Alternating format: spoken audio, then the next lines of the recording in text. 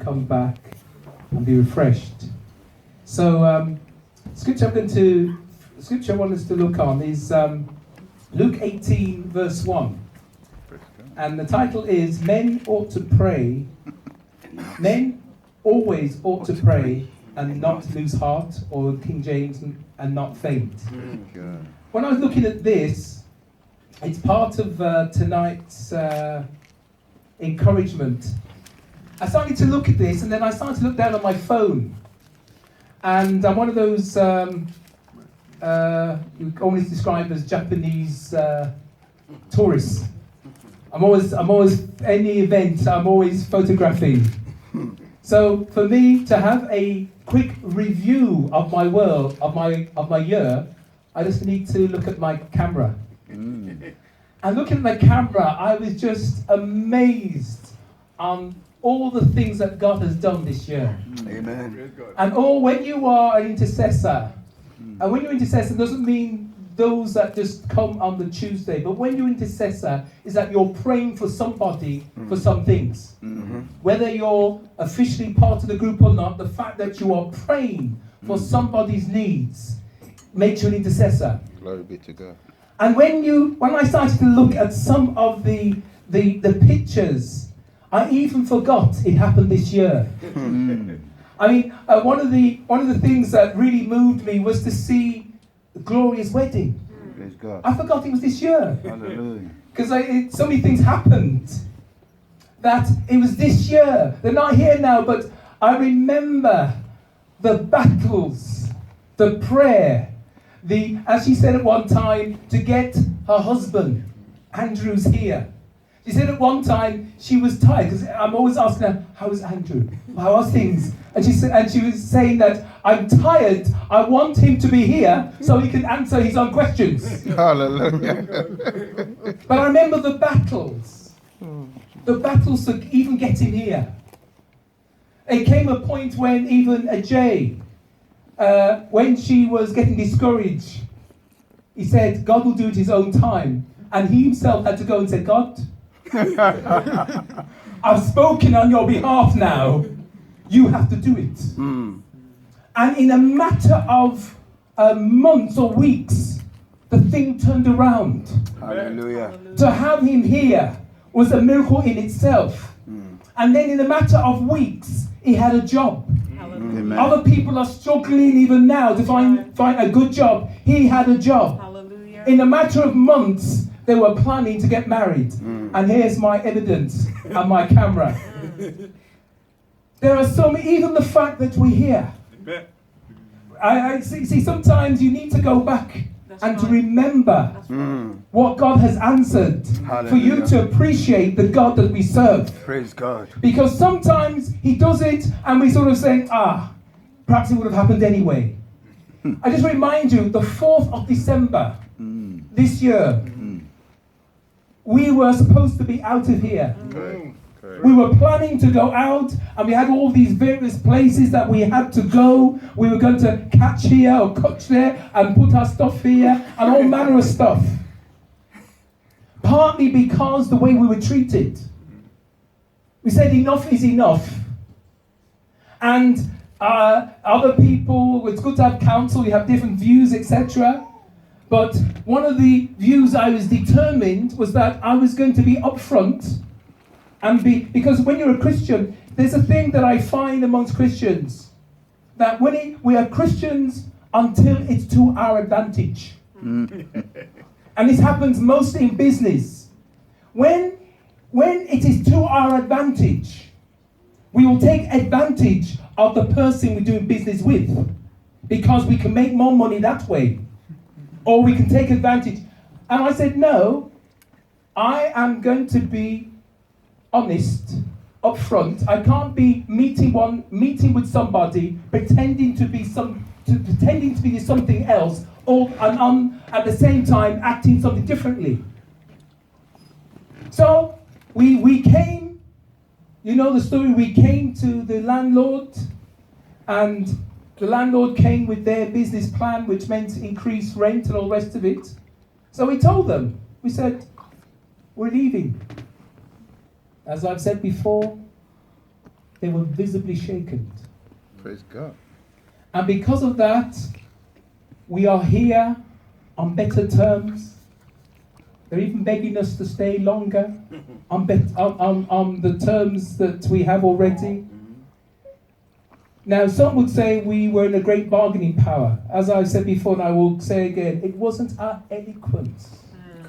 It wasn't our advocacy skills. It wasn't the years that I spent in court, Hallelujah. seeing things and homing in on the weak point of my opponent. My cross-examination, it wasn't that. Amen.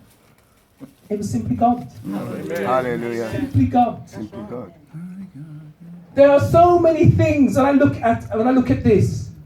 Even the dedication of Nehemiah. I'll get names wrong. What's the matter today? Somebody need to pray for me, get delivered. Anaya. Anaya. In Jesus' name.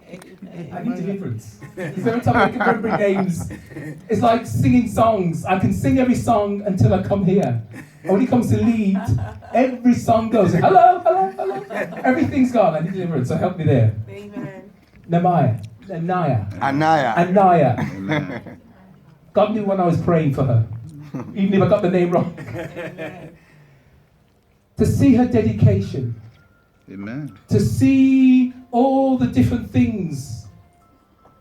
And God, I was there to hold the child that I've been praying for. Hallelujah. There has been even, you know me, when I hear a testimony, I have to hold back to not share it before the person shares it, because it's good news. So when I heard about, see, all names are gone now, isn't that amazing? I'll come back in a minute. Aaron Raphael's mother. Jemima. Can you believe it? Amen. Sister Jemima. Jemima. Amen. That is pastor. Sorry? And it's normal sometimes. Oh, okay. I thought maybe it's Jemima. Mm-hmm. When I heard that she'd been praying for a child, not a child, no, A no, girl child. a girl child, and I was there to see the answered prayer. Man should always pray. And not faint. Amen. Hallelujah. There is nothing. And I won't go into it, but Luke 18 verse 1, as it says here, and he spake a parable unto them to this end, that men ought to always pray and not faint. And he showed the parable. I won't go into it but it was a widow. And what Jesus gave an example of a man that feared not man or God. He was a man after his own self. He was the ruler. Yeah. When I looked at this, I don't go into this, but I'm tempted, is that I imagine some ruler, like sometimes, sad to say, some of the African leaders rule. And he said he didn't care for man, he didn't reference man or reference God. I can imagine he's a kind of Muhammad, Sonkimu. something like that. Enough Korean. And it's a widow. Now I want you to imagine a widow coming to Mugabe, say, I want justice. I want you. Can you imagine King Sing Sing or whatever his name is? Kim Song-hu. Bothered about a widow. Why are you bothering me? How do you manage to get so close to me? But she was persistent and to the point that the leader said, look, I better give this widow her desire, otherwise I can see this woman will wear me out. Now God is trying to contrast somebody who he doesn't care about the person who's coming. He has no regard for this person.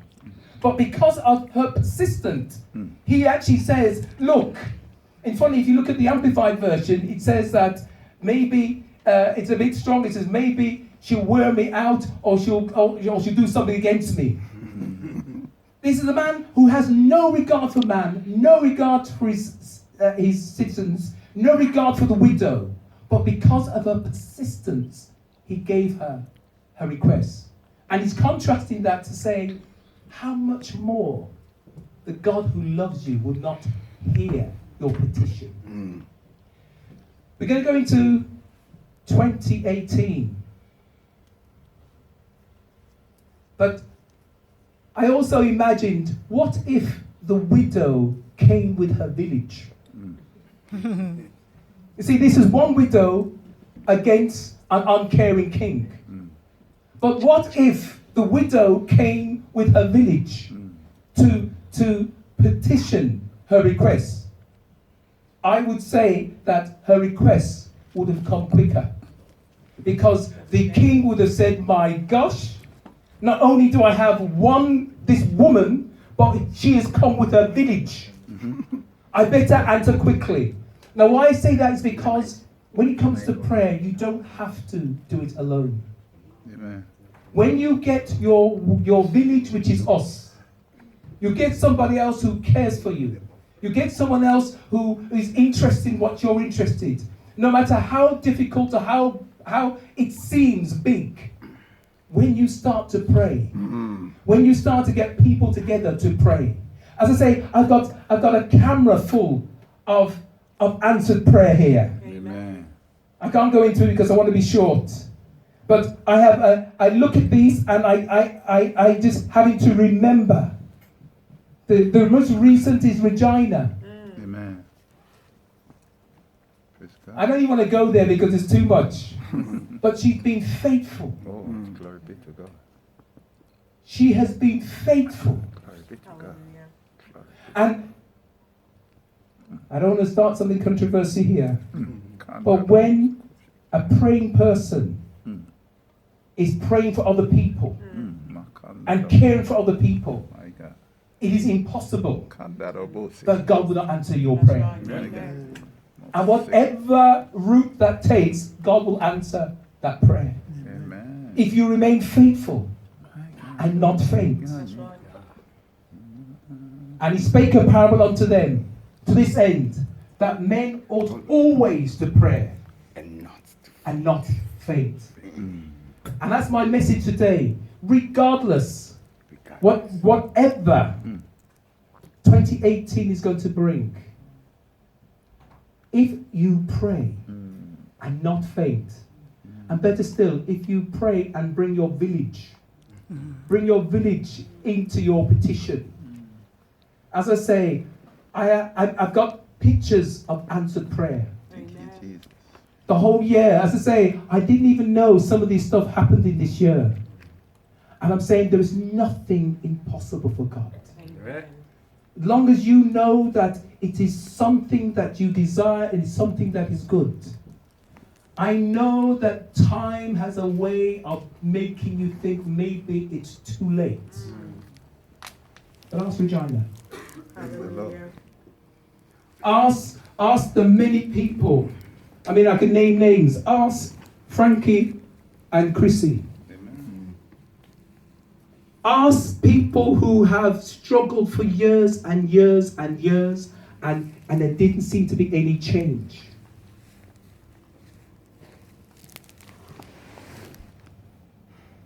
Men ought to pray.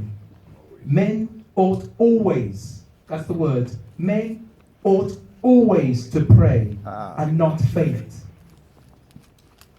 Because if you pray, the God that we serve, and I'm encouraging you to bring your village with it, to speed up the acceleration, God will answer.